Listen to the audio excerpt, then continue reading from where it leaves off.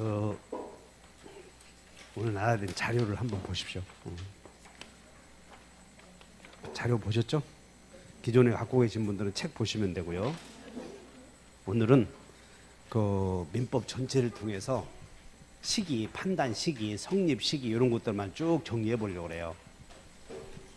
맨날 공부하다 보면 반사회적 행위 이자 아니다 맨날 이런 거 공부했잖아. 근데 오늘은 성립 시기에 대해서 판단 기준, 주관적이다, 객관적이다. 자, 부지런히 메모 오셔. 여기다가 여러분들 유효냐 무효냐 사실, 유효냐 무효냐는 언제 판단하냐면 성립시를 기준으로 하잖아요. 그래서 여기다가 얼른 페이지. 기존에 책 갖고 계신 분들은 53쪽, 기존에 책 갖고 계신 분들은 53쪽, 그리고 새로 갖고 계신 분들은 여기 펴시면 돼요. 53쪽 펴셨어요? 그래서 여기다가 유효 무효 판단 시기는 성립시를 기준으로 하는데 대부분 판단 시기 나오면 대부분 성립시예요. 근데 성립시가 아닌 경우만 이렇게 찾아서 공부하는 건데, 여기다가 우리 시험은 뭐가 나오냐면 매매 후 이렇게 물어보죠. 매매 후 뭐 범죄 행위로 취득된 것을 알았다 이런 말이 나오잖아. 매매 후 알았다 그러면 무효 아니야 그거.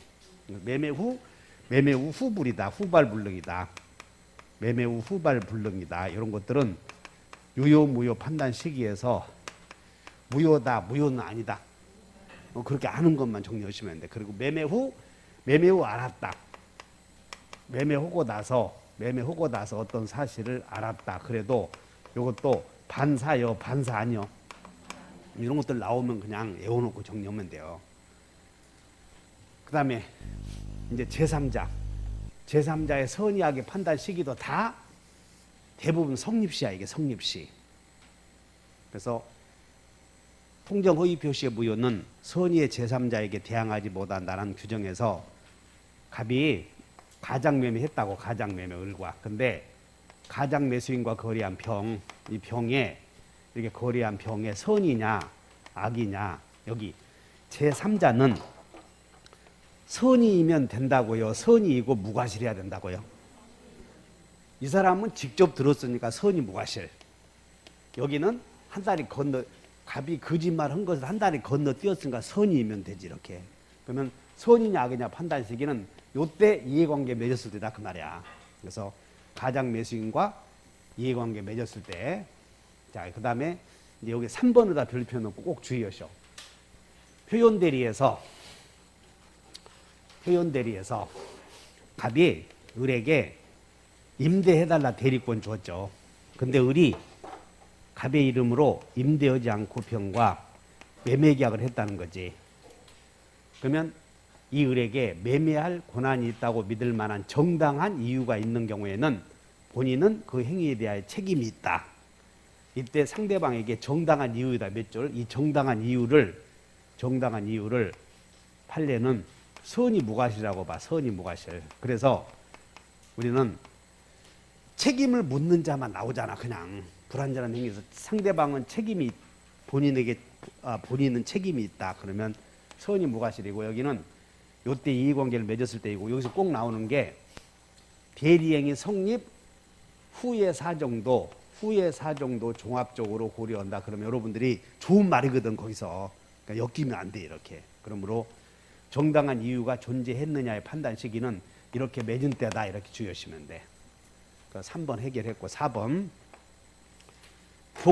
여러분들 조건부 법률행위가 이루어지면 조건이 성취되면 이익을 볼 자와 조건이 성취되면 불이익이 생기는 자 두 사람으로 나눠지지. 그러면 조건이 성취되면 이익이 되는 자를 조건부 권리자, 그 다음에 조건이 성취되면 불이익을 보는 자를 조건부 의무자라고 불러요. 그럼 조건부 의무자는 신의책에 반해서 조건부 권리자가 조건의 성취가 되는 것을 방해해서는 안 되지. 그래서 네가 공인중개사 자격을 취득하면 집을 주마. 그러면 형님이 집을 준다고 했는데 자격을 취득하면 불이익을 볼 자지. 그래서 시험 보러 가기 전에 연탄가스 피워놓은 사건이야 이게. 그래서 조건의 성취를 방해했지. 그러면 조건이 성취를 방해하면 조건부 권리자는 조건이 성취되었다고 우길 수 있다는 걸 주장할 수 있어. 근데 언제 성취되었냐 이거 물어보면 방해한 때요, 방해한 때가 아니야. 요거 외워버려. 추산되는 시점 여기다가 딱 밑줄 그시고 방해하지 않았다라면 조건이 성취되었으리라고 짐작되는 시점이다 그 말이에요. 거기다가 밑줄 그셔. 추산되는 시점. 그러니까 여기는 여러분 4번 나오면 다 틀리니까 주의하셔야 돼. 이게 조건이 성취되었을 것이라고 판단되는 시점이다. 그래서 여기다가 방해한 때다 이렇게 자주 나와. 방해한 때. 그럼 틀려 이런 것들이. 자, 그다음에 5번. 그럼 우리는 자 이제 관습법상 법정지상권의 성립과 관련해서 여기서 강제 경매시 밑줄 그으셔. 강제 경매. 어쨌든 법정지상권이 성립되려거든 우아래가 동일인 소유해야 되잖아. 우아래가. 근데 여기서 강제 경매 시에는 언제 우아래가 동일인 소유였냐고 했냐면 우리는 그냥 경매, 강제 경매고 뭔 임의 경매고 간에 경매에 의한 법지가 성립되기 위해서는 경락대금 우리 시험 이제 여러분들 맨날 최근에 나오는 거야 이거. 그래서 관습법상 법정지상권이 성립되는 시기는 경락대금 납부시다 이렇게 나오면 그건 100% 틀렸어. 근데 어느 때를 기준으로 하면 막 등기가 여러 개 있잖아. 그래서 예를 들어서 갑의 토지에 건물도 갑이 갖고 있어. 근데 여기다가 가압류 등기가 이루어지고 그다음에 가압류 권리자가 경매 신청하면 이제 경매 등기를 해. 그러면 경매 등기를 하면 앞에 있는 등기 아니야 이거. 그러니까 이걸 기준으로 한다 그 말이야. 그래서 여기다가 써놓으면 돼. 어쨌든 강제 경매든 경매든 나오면 경락대금 납부시는 아니고 맨 앞등기 이렇게 외워버리지 않았어. 그래서 메모예요. 강제 경매시는 언제? 맨 앞등기. 그럼 여기 한번 봐요. 틀리지 않도록.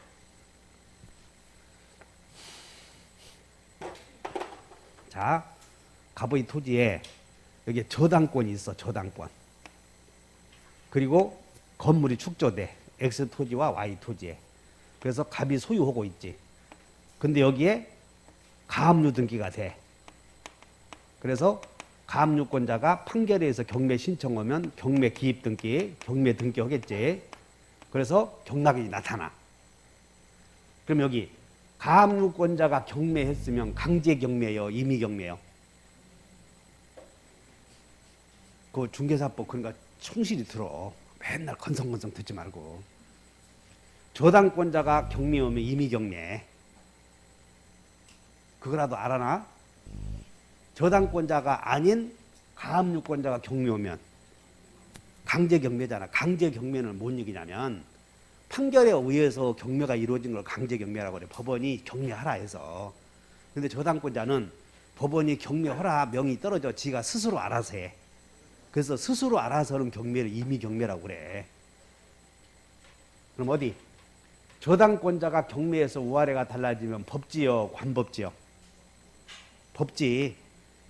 아니, 법 또 다 모르는 척 하지 말고 법정지상권과 관습법상 법정지상권 두 개 나눠지잖아. 근데 법정지상권은 저당권자의 경매로 달라지면 법지. 저당권자가 아닌 자가 경매에 의해서 달라지면 관법지 아니야. 동의해? 그러면 가압류권자가 경매에서 우아래가 달라지면 법지요, 관법지요? 그리고 관법지. 근데 가압류권자가 지금 이 상태에서 말이야. 자, 토지와 건물이 X 토지와 Y 토지가 동일인 소유요. 근데 저당권이 앞에 있어. 그러면 저당권자가 경매에 의해서 달라지면 법지지? 그럼 저당권자가 경매했을 때 우리는 여러분들 경매가 이루어지면 죽느냐 사느냐를 결정하는 등기를 말소 기준 등기라고 하는데 여러분들 말소 기준 등기를 그 중개사법 시간에 말소 기준 등기가 몇 개 있었어? 응? 그러니까 여러분들이 공부할 때 보니까 경매에서 내가 한민우 교수 이렇게 자료를 보거든. 그거 다 있는데 몇 개 있냐 이런 걸 그걸 기억 안 하니까 모르는 거예요. 따라서 내가 6개. 6개가 있어. 말소 기준 등기가.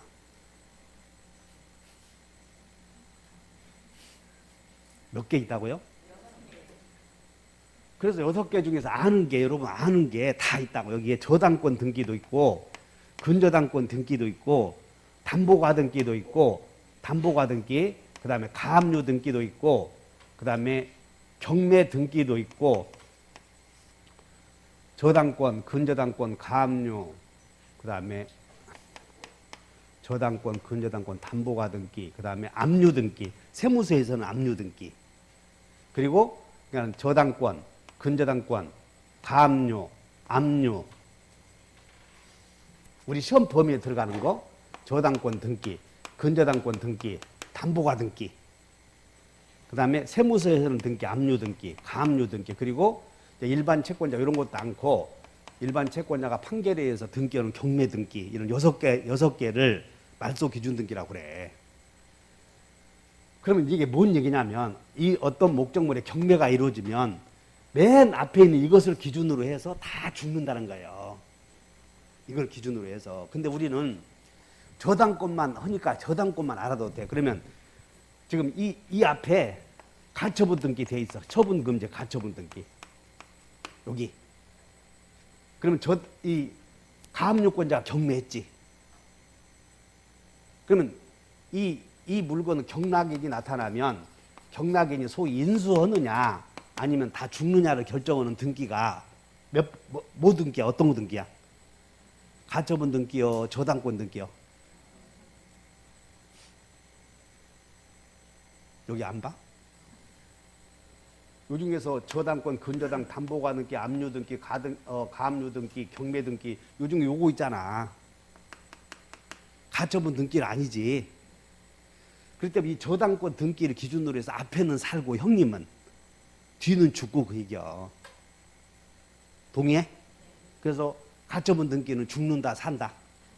산다. 어디? 천천히 하자고. 가압류 등기가 나왔어. 그럼 경매가 이루어지면 이 사람 이제 저당권자가 경매했지. 죽느냐 사느냐를 결정하는 기준이 되는 건 저당권자여, 가압류 등기요. 그럼 다 죽어 이렇게. 따라서 그럼 이 상태에서 가압류권자가 경매했네. 가압류권자가. 그러면 건물은 살아야 돼, 철거해야 돼? 왜냐하면 저당권 성립 시 건물 없었으니까 철거해야지.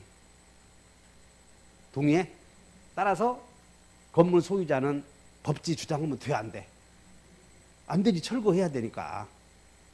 또 표정이 또 우울한 표정 짓네.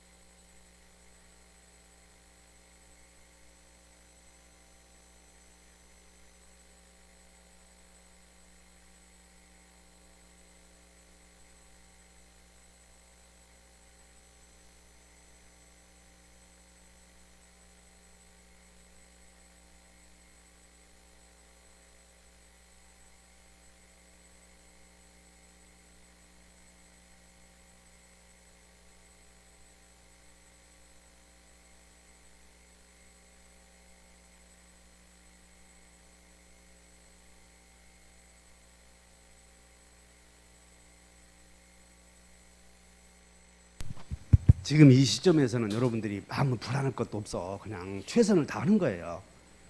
그리고 최선을 다하는데 지금까지 여러분들이 머릿속에 많은 것들이 들어가 있기 때문에 아느냐 모르느냐를 판단해야 돼 지금은. 그래서 아느냐 모르느냐에서 모르는 것들을 알도록 하면 되는 거고 정신 차리면 돼. 그냥 표정 밑에 깔고 모르는 표정 짓지 말아 좀. 여기 봐. 갑의 토지에 이렇게 저당권이 있다니까. 앞에 저당권이. 그럼 이건 누가 경매하든 앞에 저당권이 있으니까 저당권 앞에 있는 형님은 살고 동생은 다 죽어. 그래서 그 후에 건물이 축조되었단 말이야. 후축조. 그럼 축조되면 이게 딱 기준으로 했을 때 축조되었으므로 저당권자 경매 오면 경락인은 있지. 요 앞에 있는 말소 기준 등기의 지위를 승계해. 그래서 이 경락인은 맨 앞에 있는 저당권자의 지위를 승계한다니까. 저당권자의 지위를. 따라서 경락에는 저당권이 성립될 때의 상태의 토지를 승계하게 돼 있기 때문에 저당권이 성립될 때 건물 없었으니 건물 없는 땅을 경락받는다 그 말이야. 그러면 이 건물은 존재해야 돼, 철거해야 돼. 그 철거해야 되므로 이건 철거해야 되므로 갑의 입장에서는 철거 당하면 철거 당하는 것이 좋겠어. 한 푼이라도 받고 파는 게 좋겠어. 그래서 팔아먹으면 어떻게 해야 돼? 이 사람에게 사라고 할 수 없으니까 저당권 성립 후에 건물이 축조되고 그 다음에 경매하려고 봤더니 경매 등기하려고 봤더니 우아래가 동일인 소유잖아. 그럼 일괄 경매 신청할 수 있다는 거야. 이렇게. 자, 여기보다 후축조 실행시 동일인 소유. 얼른 외워버려. 이것이 일괄 경매니까. 그렇게 간단해. 그러면 지금 이제 법지 관법지인데 저당권이 성립되었고 여기에 건물이 들어섰고 우아래가 동일인 소유인데 여기에 가압류 등기가 들어서 그러면 가압류권자가 경매해도 건물 존재해 사라져야 돼. 그러니까 법정지상권이 있으면 안 된다는 거야 이게. 그래서 가압류권자가 경매로 우아래가 달라져서 성립되는 법지는 자 가압류권자가 만약에 경매에서 법정지상권이 성립된다면 법지요, 관법지요. 관법지잖아. 저당권자가 경매에서 우아래가 달라져서 성립되는 지상권이라면 법지, 관법지. 됐나? 그러니까 저당권자의 경매로 달라지면 법지. 저당권 이의 사유로 달라지면 그렇게 기억해. 저당권자의 경매로 달라지면 법정지상권, 저당권자의 이의 사유. 따라서 자, 이 상태로 봐. 자, 가압류 등기가 되었단 말이야. 봤더니 동일인 소유 아니요.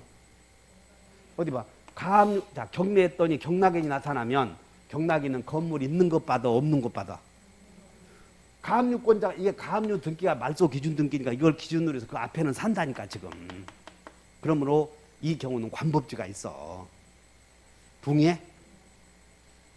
즉 뭔 얘기냐면 강제 경매의 경우에는 맨 앞 등기 시에 여기는 가압류 등기라고 돼 있지만 등기가 여러 개 있으면 이거 말소 기준 등기를 기준으로 한다는 거야. 이렇게 맨 앞 등기를 기준으로. 거기 읽어봐요. 5번. 자, 5번 관습법상 법정지상권의 성립에서 가압류권자의 강제 경매시야. 그냥 가압류권자가 맨 앞에 있다는 걸 전제하고 있는 것이야 지금. 가압류권자의 강제 경매시 토지와 건물의 동일인 소유의 판단 기준 시기는 언제예요? 경매 등기 시, 가압류 등기 시. 그럼 이렇게 만약에 가압류 등기가 되고요. 경매하려거든. 가압류권자가 경매 신청하면 판결 받아야 되는 거예요. 본안 판결 받아서. 가짜가 들어가면 다 진짜 판결 다 받아야 돼. 그래서 본안 판결 받아서 판사가 그래 경매 신청하면 판결문에 의해서 너 경매 집행하라라고 집행문이 부여되고 그 다음에 이제 지금부터 판사가 경매 들어간다 등기하는 걸 경매 개시 등기라고 그래. 그러면 경매 개시 등기 됐지? 그럼 이걸 기준이요 가압류 등기요. 그렇지 가압류 등기 맨 앞 등기. 이번에는 가압류 안 해놓고 일반 채권자가 판결에 의해서 경매를 하면 그때는 다 같이 경매 등기. 일반 채권자가 판결 받아서 경매 신청했을 때 하는 등기를 경매 등기라고 그래. 그러니까 경매 등기 여기 있잖아. 그러면 경매 등기를 기준으로 그 앞에 아무것도 없으면 그걸 기준으로 우아래가 동일인 소유를 판단한다니까. 아무것도 없으면 앞에. 정리해봐. 여기 저당권 등기 되어 있다. 가압류 등기 되어 있다. 그럼 가압류권자가 경매 오면 경매 등기 결국은 하겠어 안 하겠어? 하겠지. 지금부터 판사가 경매 등기 한다. 자, 그러면 어느 때를 경락인이 나타나? 그러면 이 건물 소유자에게 관법지 인정되냐 여부는 경매 등기요, 가압류 등기요, 저당권 등기요. 여기는 관법지 없다는 거야 이런 게. 그럼 이 상태에서는 가압류 등기 해놓고 경매 등기 해놓고 경락대금이 납부해서 경매 등기시오, 가압류 등기시오. 그래 앞에 있는 등기를 기준으로 해. 그러면 이제 가압류 등기 안 해놓고 경매 등기 해서 그럼 언제 동일인 소유요? 그렇게 쉬운 거예요. 그래서 맨 앞 등기 해놓고 말소 기준 등기 6개 외워놓고 그것이 벅차면 저당권과 가압류 등기만 기적해. 저당권과 어디? 가압류 등기, 저당권 등기,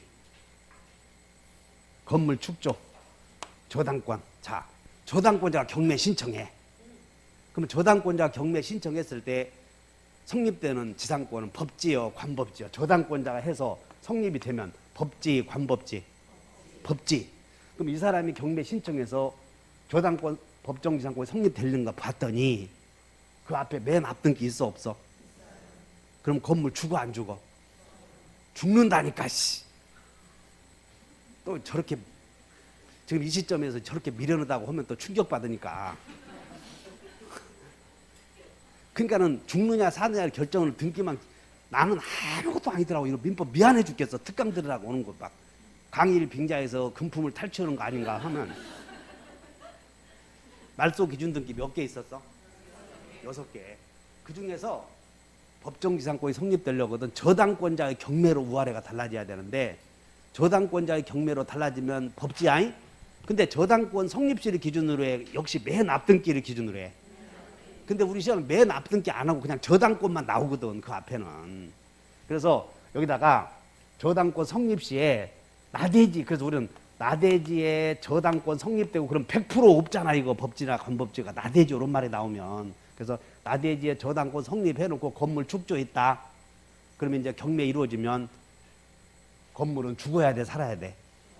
죽어야지. 자 마지막 이 토지에 저당권이 성립되고 여기에 전세권이 성립되고 또는 지상권이 성립되고 주택임차인이 나타나. 계약력이 있느냐 없느냐. 왜냐하면 저당권이 앞에 있으니까 경락인은 저당권자의 지위를 승계함으로 이 사람은 경락인에게 대항할 수 없다 이렇게 배우지 않았어. 그렇기 때문에 자 여기서 저당권 성립되고 여기에 토지에 지상권, 전세권, 건물이면 주택임차권 대항력이 있는 그리고 여기에 또 저당권이 나타나. 그럼 여기서 전세권자보다 나중에 성립한 저당권자가 경매했어. 경매 신청했다고. 그럼 죽느냐 사느냐를 결정하는 등기는 경매 신청하는 자요, 맨 앞등기요. 박수. 이제 그렇게 해서 해결해 버리라고 이렇게. 그래서 저당권 성립 시 여기 법정지상 아직도 이해 못한 사람 손 들어봐. 눈이 다 아는 표정이야? 아, 나 동영상 한 번 더 들어야 되겠다. 동영상 더 들어봐야 몰라 그거. 더 헷갈리기만 하니까 결정해버려. 하나만 하겠네 마지막. 여기에 처분금지. 여러분들 내가 이 시간에 뭐 가처분 등기하고 가압류 등기하고 이야기할 필요 없어. 가압류 등기는 금전채권 담보하려고 하는 거고 가처분 등기는 그 이준석이가 막 가처분 하잖아. 요즘에 막 가처분 막 하잖아. 비상위원회인가 지네들끼리 하는 거 꼴 보기 싫다고. 그래서 금전채권 이의의 권리를 보존하기 위한 수단이 가처분 등기요. 근데 가처분 등기는 돈 받으려고 한 게 아닌 게 우선 변제권이 없는 거예요. 그것은. 처분금지 가처분 등기. 우리 시험에 처분금지 가처분 등기가 허용되냐 안 하냐가 딱 한 군데서 나오잖아. 그 한 군데가 토지거래 허가구역인데 어디 보자. 이 갑의 토지가 토지거래 허가구역 내에 있어. 허가구역. 근데 토지거래 허가구역 내에 있는 토지인데 갑과 을이 허가 받고 매매해, 허가 안 받고 매매해. 허가 배제할 목적 없이 이렇게 나온다고. 다음에 받자 이렇게. 그러면 유동적 무효야. 그러면 여기서 유동적 무효 상태 허가를 받던가 불허가를 받던가 결판 나기 전에 여기를 유동적 무효라고 한단 말이지. 그럼 유동적 무효 상태에서는 오로지 무효이므로 채권 채무 없어 그냥 무효니까. 다만 여기서는 쌍방은 허가 절차 무슨 의무만 있다고 그래서 협력 의무만 있다고 그러지 않았어. 협력 의무만. 그럼 매수인은 등기 청구권 있어 없어? 또 있다고 하면 무효인데 또 있다고 하면 어떡하냐고 막. 그 사고가 이제 좀 따라와봐. 무효는 의사표시 헌바대로 권리변동 안 생기는 게 무효 아니냐. 맞지? 그러면 여기서 무효인 게 등기 청구권을 보존하려고 가처분 등기 할 수 없어. 무효니까. 협력 의무 이행 강제하려고 가처분 등기 할 수는 있어. 두 개 나오니까 주의하시라냐. 가처분 등기가. 협력 의무 있음 없음. 그럼 가처분 하려거든 무슨 권리가 지킬 보존할 권리가 있어야 되는 거예요. 그러니까 협력 의무 이행을 강제하려고 협력 의무 이행 청구권을 보존하려고 가처분할 수 있다. 등기 청구권을 보존하려고 가처분 등기할 수는 등기 청구권을 보존하려고 어디 보자. 등기 청구권을 지키려고 가압류 등기에 가처분 등기에 등기 청구권이 돈이냐? 돈 받으려고 하는 건 가압류 등기. 돈 안 받고 나머지는 가처분 등기. 등기법 시간에 맨날 배우잖아 승환이 오빠한테. 근데 여러분들 어째서 머리가 안 돌아냐면 승환이 오빠가 이렇게 하세요 해서 안 되는 거예요. 몇 번 물어보고 승질 팍팍 내갖고 눈에 그냥 불이 튀기야 이 머릿속에 들어가는데 뭐 가처분 등기 가압류 등기 하다 보니까 뭐 그거 하다 보니까는 여러분들 머릿속에 병이 생겨. 그것이 그런가 보다. 뭐 가짜 들어가면 본자 들어가고 어쩌고. 근데 백호는 모르면 꼴을 못 보지. 왜? 그렇게 공부해야 되는 거예요. 비교 개념을 명확하게 알아서. 그래서 다시 한다. 가처분 등기는 돈 받으려고 금전채권, 이의 채권. 채권이 있어야 돼. 여기서는 등청 있어 없어? 협력 의무 이행 청구권은 그거 외우놓으면 되는 거예요. 협력 의무 이행 청구권이 있으니까 그걸 보존하려고 토지에다 가처분 등기 할 수 있어. 등기 청구권 없었지? 무효니까 그걸 보존하려고 가처분 등기 할 수. 만약에 토지거래 허가구역에서 시험 나오면 거기서 나와 답이. 중개사는 다 무효인데 다 아는데 뭘 거기서 내겠어. 무효 그러면 무효는 의사표시 헌바대로 권리 변동 안 생긴다. 어쨌든 간에 여기에 법정지상권이든 관습법상 법정지상권이든 보기 전에 경매 그러면 그 앞에 강제경매, 임의경매 보지 말고 경매 그러면 맨 앞등기시 해놓고 해결해버려. 다시 한번 경매, 맨 앞등기. 그때를 기준으로 해서 우아래가 동일인 소유를 판단한다. 이렇게. 그리고 여기 관법지가 인정 안 되는 경우 8개 외워놔. 관법지 인정 안 되는 경우. 관법지 인정 안 되는 경우가 따라 나대지, 함께, 신탁, 무효취소 해제, 그런 거 환지 환매 지분 그런 말이 딱 들어가는 순간 없다 이렇게 외워놓아야 되는 거예요. 이거. 그런 거 외워놓으시라고. 그래서 여러분 5번은 여기는 이렇게 공부하시고 따로 여기다 숙제 해놓고 관법지 부정되는 경우 이렇게 해서 8개를 써주었어요. 8개. 그럼 8개를 어디에 있느냐면 스피드 체킹에 다 있으니까 외워. 스피드 체킹에 이렇게 8개. 자, 그 다음에 위험부담. 여러분 위험부담만 나오면 여기 봐. 위험부담만 나오면 기존의 법률관계는 존재하는 거예요. 소멸한 거예요. 원칙이 소멸했어. 위험부담 나오면. 근데 우리 시험에 위험부담은 어떻게 물어보냐면 갑은 을과 갑의 X 건물에 대해서 을과 매매계약을 체결하고 어떻게 나오냐면 이행기 인도 전에 이런 말에 단서가 나와. 여러분들 시험에는 건물 넘겨주기 전에 여기서 풍랑에 의해서 건물이 멸실되었다 이렇게 나온다니까. 근데 만약에 먼저 넘겨주고 대금은 요때 주기로 했는데 근데 요 사이에 건물이 지진으로 멸실되었어. 요 사이에 지진으로 등기는 못 해주고 인도만 해줬다는 거지. 그럼 매도인은 대금 받는다고 못 받는다고. 그때는 여기 봐. 여기서 건물 넘겨주기 전에 그림을 위에 있으면 넘겨주기 전이다. 밑에는 넘겨주었고 여기서 지진으로 멸실되면 돈 받아 못 받아. 양채무 소멸. 근데 넘겨주고 돈은 못 받았는데 멸실되면 돈은 받아 못 받아. 그 얘기야. 지금 위험은 넘겨주면 그 위험이라고 하는 것을 넘겨주면 상대방에게 넘어갔으므로 그때부터는 상대방이 부담한다 그런 뜻이야. 위험부담. 그럼 어디? 이제 마지막. 갑이 등기는 해주고 건물은 안 넘겨줬어. 등기는 먼저 해주고 그리고 돈은 이때 주겠지. 근데 여기서 지진으로 멸실되었다고. 돈 받아 못 받아? 처음 배우는 것 같아? 그래서 지금 기억해. 위험에 넘어가는 시기는 등기 시에 넘어가지만 등기에 앞서서 먼저 넘겨주었다면 인도된 때부터 위험은 채권자에게 넘어간다 그 말이에요. 이렇게. 따라서 이렇게 돼. 등기는 먼저 해주고 건물은 넘겨주지 않고 돈은 다음에 받기로 했는데 여기서 지진으로 멸실이 되면 돈은 받아 못 받아? 받는다니까. 이미 소유권 넘어간 뒤로 넘어갔으니까.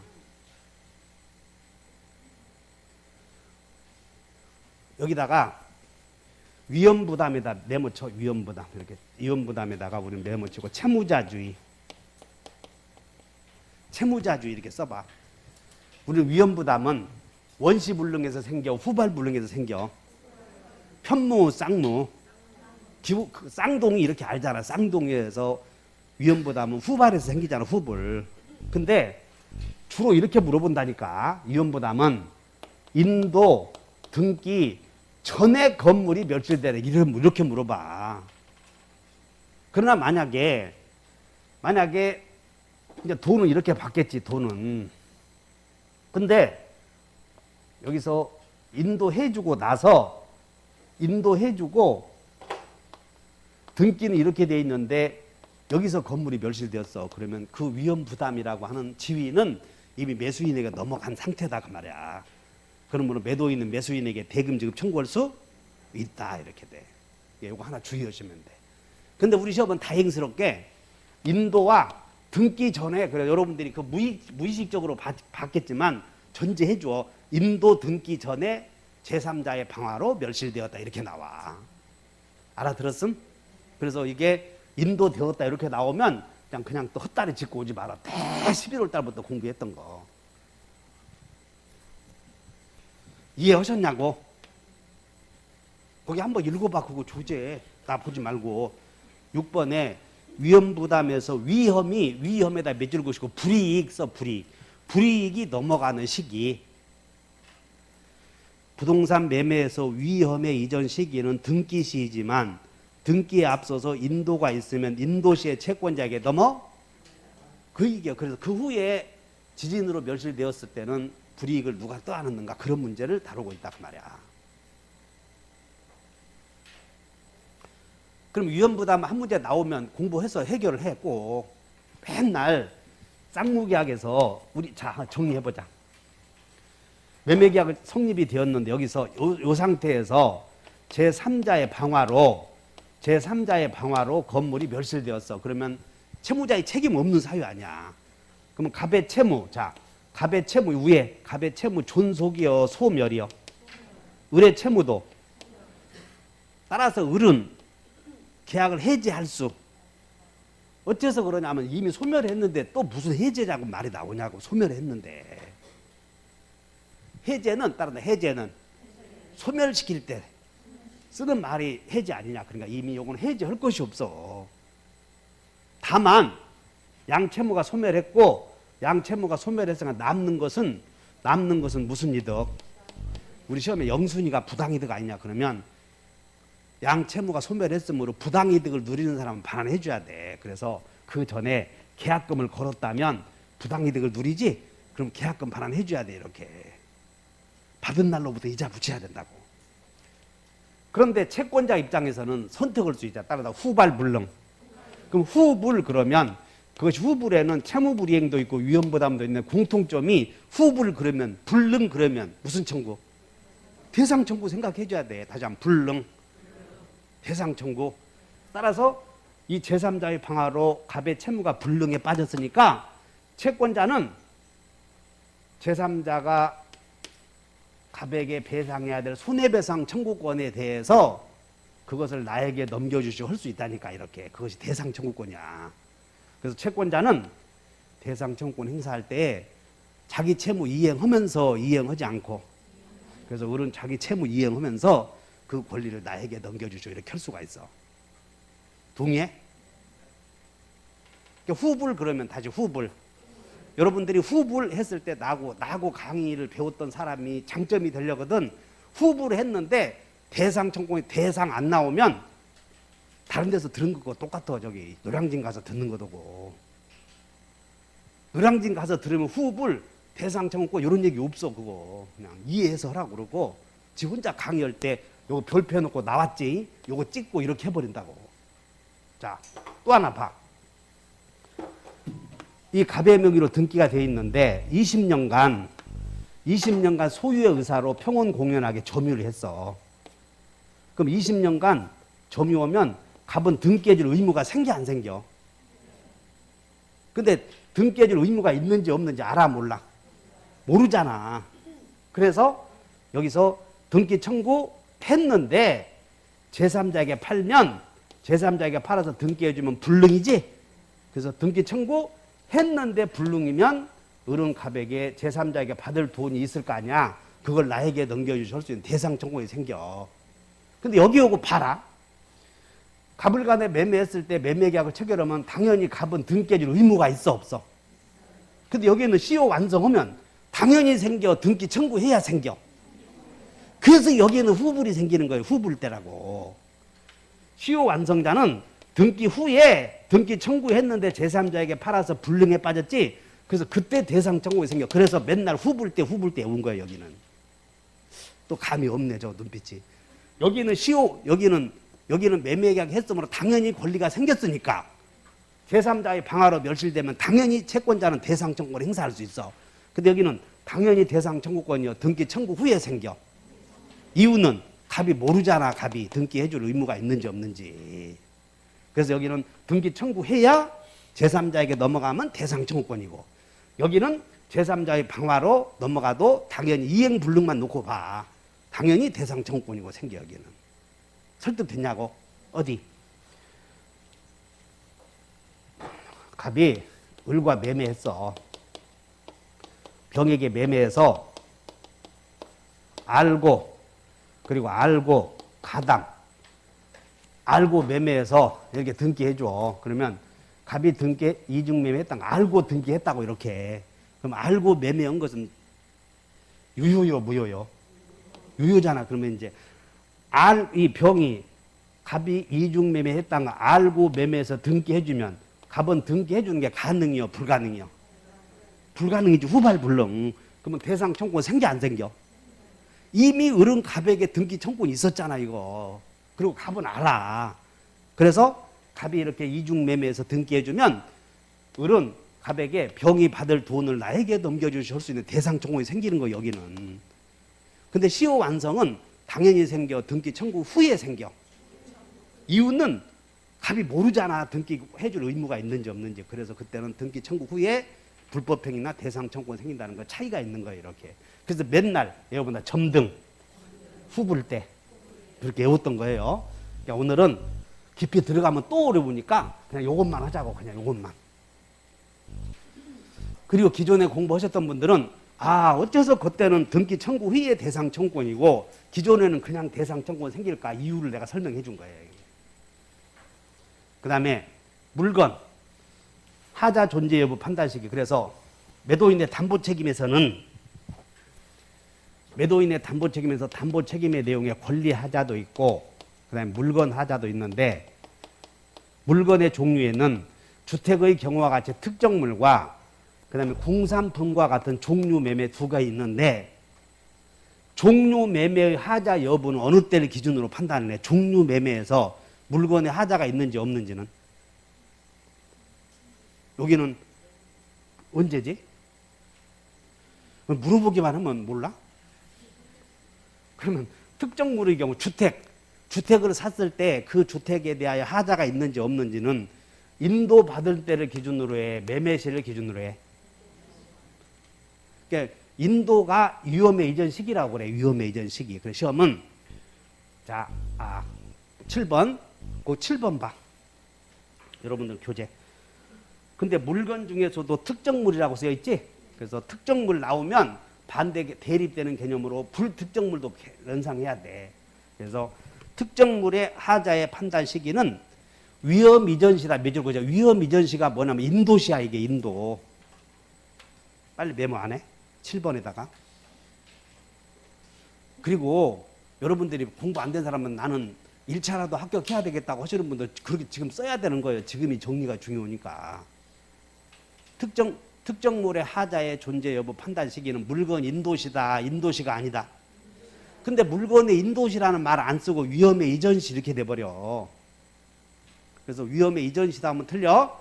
그 위험의 이전시가 뭐냐면 인도시다 그 말이야. 아까 여기서 나왔잖아. 이게 위험의 이전 시기. 위험의 이전 시기 나왔잖아. 인도 이렇게. 그때가 아니다. 언제다?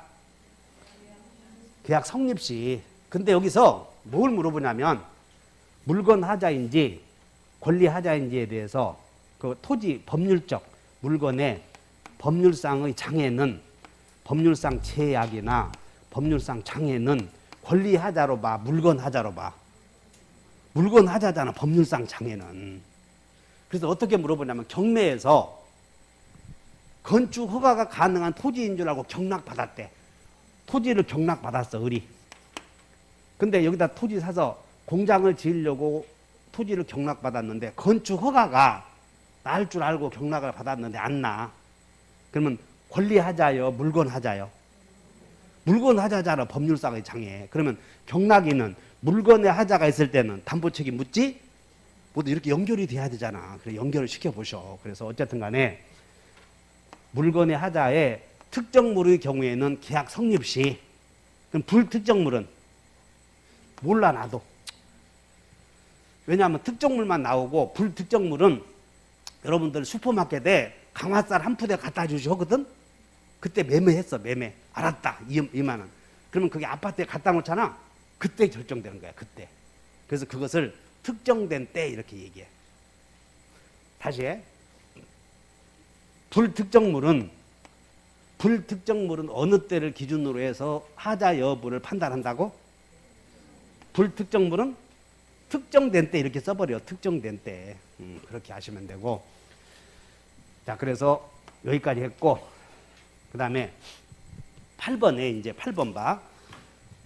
여러분들이 이제 목적물의 가격 판단 시기가 나와. 그래서 갑이 을과 매매했거든. 건물에 대해서 매매했어. 그러면 이제 을이 계약을 해지했을 때 갑이 이행을 거절한 경우나 또는 갑이 이행을 지체한 경우나 또는 이행이 불가능한 경우가 있어. 그러면 매수인이 매도인과 계약을 해지했을 때 이제 계약을 해지하면 자, 매도인의 채무 불이행으로 매수인이 계약을 해지하면 매수인은 계약을 해지하면서 손배청 있어 없어? 손해배상 있지. 응? 여기 보란 게 계약을 해지하고 나면 채무불이행으로 해지했을 때는 손해배상 청구할 수 있음 없음? 그럼 손해배상액은 신뢰이익이요, 이행이익이요? 이행이익이잖아, 유효니까. 그런데 도대체 이행이익을 물어볼 때 목적물의 가격을 물어본다고 이게. 그럼 매도인이 거절했을 때, 매수인이 계약을 해지했을 때 이행이익은 이제 이런 거 나와. 다시 거절 당시를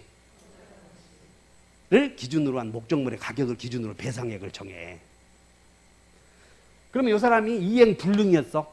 이중매매. 그럼 목적물의 가격을 정할 때 이행이익을 정하는 목적물의 가격을 정할 거 아니야? 그럼 어느 때겠어? 불능 당시. 그래서 불능만 나오면 전부 불능 당시를 기준으로 한 가격을 기준으로 배상액을 정한다. 이렇게 기억해 줘야 돼. 그 처음 보는 거 아니야. 우리 시험 엄청 많이 나오는데 여러분들이 해제 나오면 그냥 이행이익이다 이렇게만 하고 그냥 말아버려서 그러는 거예요. 지금 공부하는 거예요. 그래서 보자. 그 다음 여기 봐. 수험생 여러분. 이번에는 두 경우가 있는데 매도인 먼저 등기해 줬어.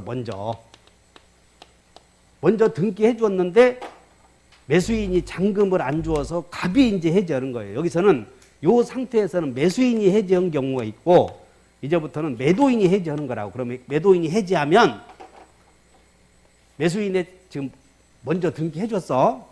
근데 매수인이 매도인이 먼저 등기해 줘서 매수인 요 친구가 먼저 등기해 줬더니 병에게 팔아먹었어. 등기 이렇게.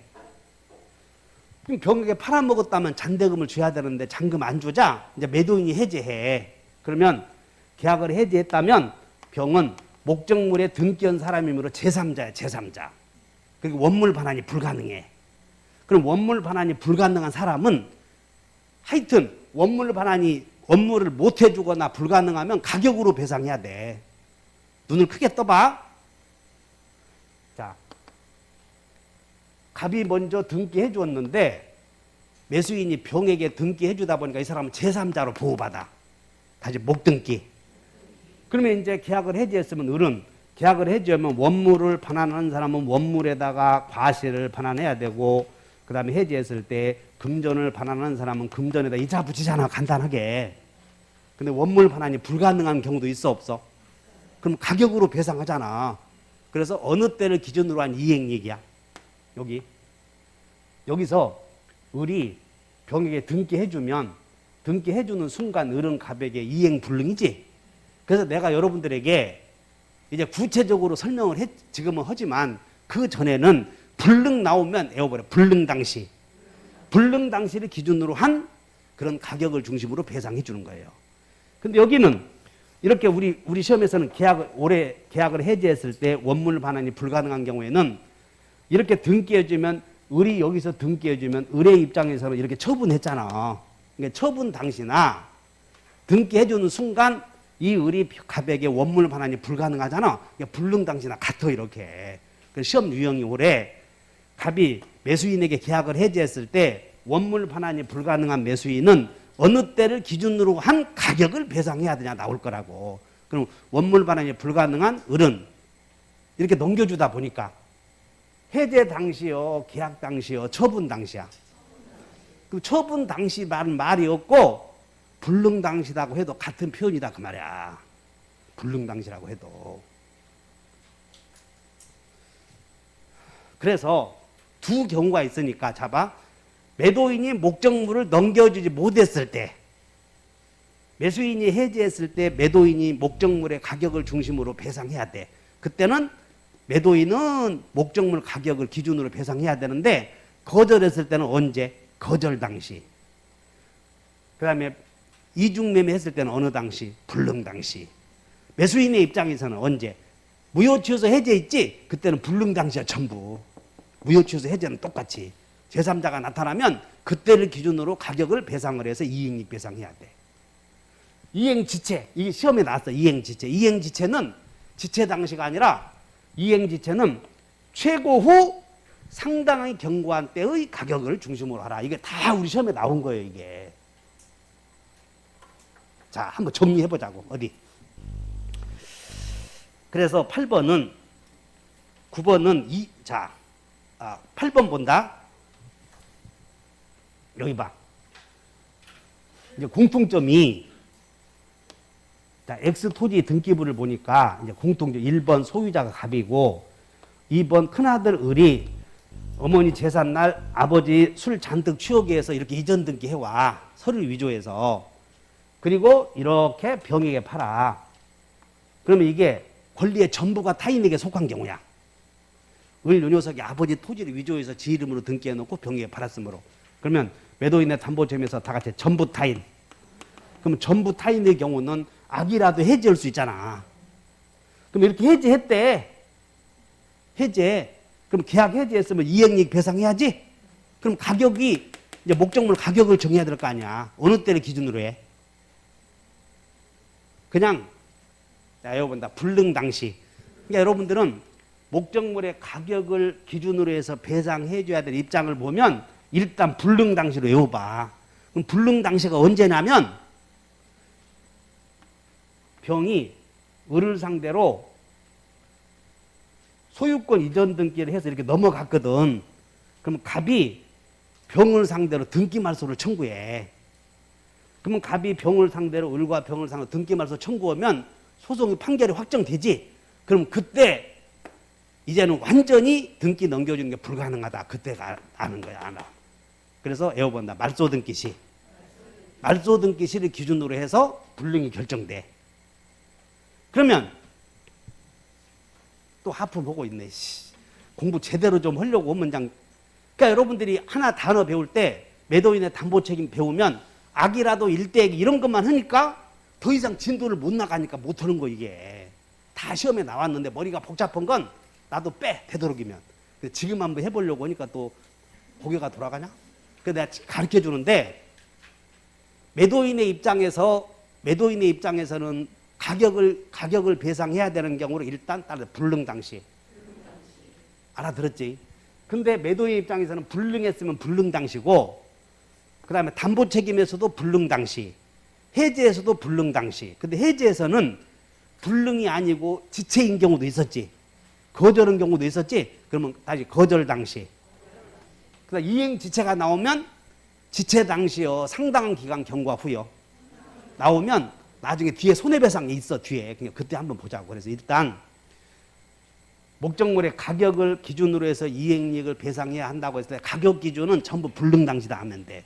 매도인의 담보 책임도 불능 당시. 해지에서도 불능 당시. 매수인의 입장에서도 가격을 배상해야 되는 경우 어느 때? 불능 당시. 이렇게 기억하면 돼요. 그래서 그 손해배상액이 기존에 책 갖고 있는 분은 뒤에 다 적어져 있어. 그런 것들이. 자, 그러면 오늘은 저 8번. 권리의 전부가 타인에게 속한 경우 이행이익 배상 판단식이야. 그러니까 이 말은 뭐냐면 불능이라고 하는 것의 입장은 목적물을 넘겨줄 자 입장이야. 넘겨줄 자 입장. 그래 목적물을 넘겨줄 자 입장에서는 전부 불능 당시다 알면 돼. 매수인도 마찬가지고. 그 다음에 따라서 여러분들 거기다가 그 불능 당시 밑줄 것이봐. 불능 당시. 불능 당시에다 밑줄 것이고, 그럼 불능 당시가 언제 나면 메모? 불능 당시는 이중 매매의 경우는 이전 등기 시. 이중 매매는 이전 등기 시. 자, 써봐. 1번 이전 등기 시. 그 다음에 이렇게 갑과 을이 타인의 토지 매매했을 때는 권리의 전부가 타인에게 속한 경우는 말소 등기시야. 말소 등기시. 불능 당시가 말소 등기시. 그 다음에 매도인이 매수인과 계약을 해지했을 때는 여기는 해지했을 때는 언제냐면 여기도 이전 등기시. 이렇게 해서 해지 시에는 이전 등기시. 이렇게 하면 되네. 불능 당시가. 자, 그러니까 목적물 가격을 기준으로 배상해야 되는 경우가 있어. 매도인이 넘겨주지 못하는 경우가 있어. 매도인이 등기를 안 해주는 경우 있다고. 그럼 매도인 입장에서는 세 경우가 생겨. 다 같이. 거절 당시, 불능 당시, 지체 당시요 상당한 기간 경과 후요. 이행 지체가 이루어지면 최고잖아. 그래서 최고 후 상당한 기간이 만료한 당시를 기준으로 한 가격을 기준으로 한다. 그 다음에 권리의 전부가 타인에게 속한 경우에는 언제? 말소 등기 시.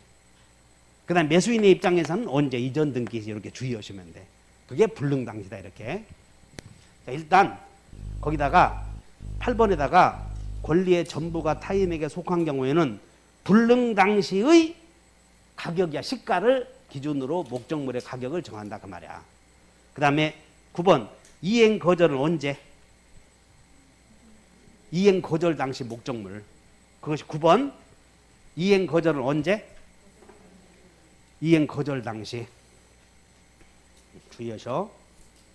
그럼 여기다가 이제 이렇게 하나만 써. 이행 거절 밑에다가 이행 지체 이렇게. 그럼 이행 지체 시. 이행 지체 시에는 어느 때를 기준으로 한다? 상당한 최고 후 이렇게 써. 최고 후. 최고 후 상당한 기간이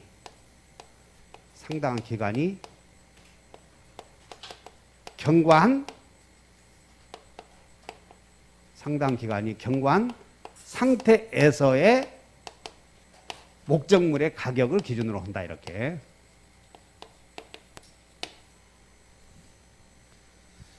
그래서 이렇게 하시면 돼. 하여튼 목적물의 가격을 기준으로 이행이익 배상할 때는 불능 당시다. 이렇게 기억을 해. 목적물의 가격을 기준으로 이행이익 배상해야 할 때는 어느 당시? 불능 당시. 그리고 거절은 언제?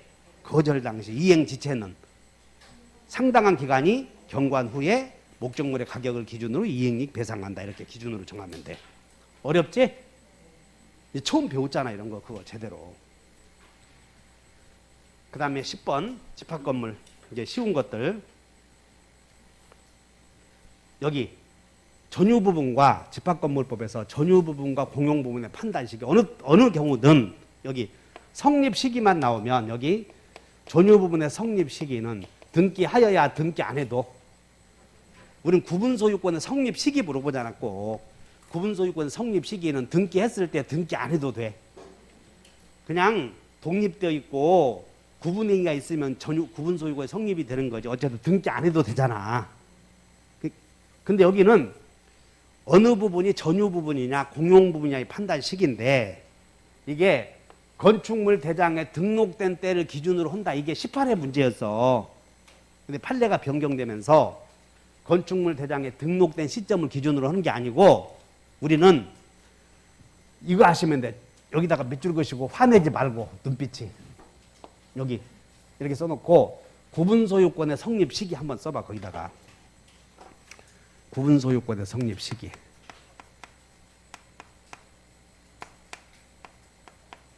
성립 시기는 등기 등록했을 때 등기 등록 전에 구분행위가 있고 그 다음에 독립이 돼 있고 등록 또는 요때요 독립되면 돼. 이거 등기 전이지 일단 등기 전이요. 그러면 건축물 대장에 등록된 시점을 기준으로 구분소유권이 성립이 되지. 따라서 전유 부분과 공용 부분의 판단 시점은 등기 등록된 때가 아니라 구분소유권이 성립된 시점이다 그 말이야. 구분소유권 성립된 시점. 그러면 구분소유권 성립은 등기했을 때 등기 안 해도 그렇게 주의하시면 돼. 등기 안 해도 구분소유권은 성립이 되잖아. 여러분들 집합건물법에서 구분소유권의 성립 시기는 건물이 완성되고 구분행위가 있게 되면 등기 등록 전이라도 성립된다 이렇게 배우지 않았어. 그러니까 그때 기준으로 전유 부분과 공용 부분을 판단한다 그런 얘기야. 그 다음에 밑에 11번 자주점유와 타주점유의 판단 시기 나오잖아. 그럼 언제야? 자와 타의 판단 시기. 점유? 여기는 쉬운 거니까 주의하시고. 그 다음에 여기 해제 시 원물 반환이 불가능하대. 아까 한 건을 싹 해줘 버렸어. 해제 시 원물 반환이 불가능한다. 그러면 가격으로 배상해야 돼. 근데 가격 배상은 해제 당시요, 불능 당시요. 불능 당시. 그러니까 여기다가 거기 나왔으니까 처분 당시 나왔지. 이게 시험 나올 거라고 이게 올해. 지금 이게 나와야 되는데 계속 올해 나올 것이요 하다 지쳐서 한 해 빼면 그때 나와버려. 그래서 여러분들 우리 시험에 해년마다 기존에 우리 시험에서 안 나왔던 판례 지문이 6개, 5개가 들어가. 그 중에 이게 하나라니까 지금 나와야 되는데 안 나오고 있어. 그래서 무슨 얘기냐면 아까 갑이 을에게 매매계약을 먼저 등기해 줬다니까 지금. 근데 을이 제3자에게 팔아먹고는 돈을 안 주니까 갑이 해지한 사건이야. 그러면 해지했을 때 원물을 반환하는 사람은 원물에다가 과실을 반환해야 되고 금전을 반환하는 사람은 금전에다 이자 붙이잖아. 근데 이렇게 제3자가 나타나면 원물 반환이 가능해 불가능해? 그럼 어느 당시요? 해제 당시요? 처분 당시요? 처분 당시라고 해도 되고 뭐라고도 나오던다? 불능 당시라고도 나오도 된다는 거예요. 어쨌든 해제 당시요? 해제 당시는 없어. 해제 당시는 아니다 이렇게. 그러니까는 여기서 목적물 가격 배상 시기 나오면 주의해야 돼. 목적물 가격 배상 시기 이렇게. 그러면 목적물 가격 배상 시기가 매도인에게도 적용되는 경우, 매수인에게 적용되는 경우 두 경우가 있어요 이렇게. 자, 쉬었다 합시다.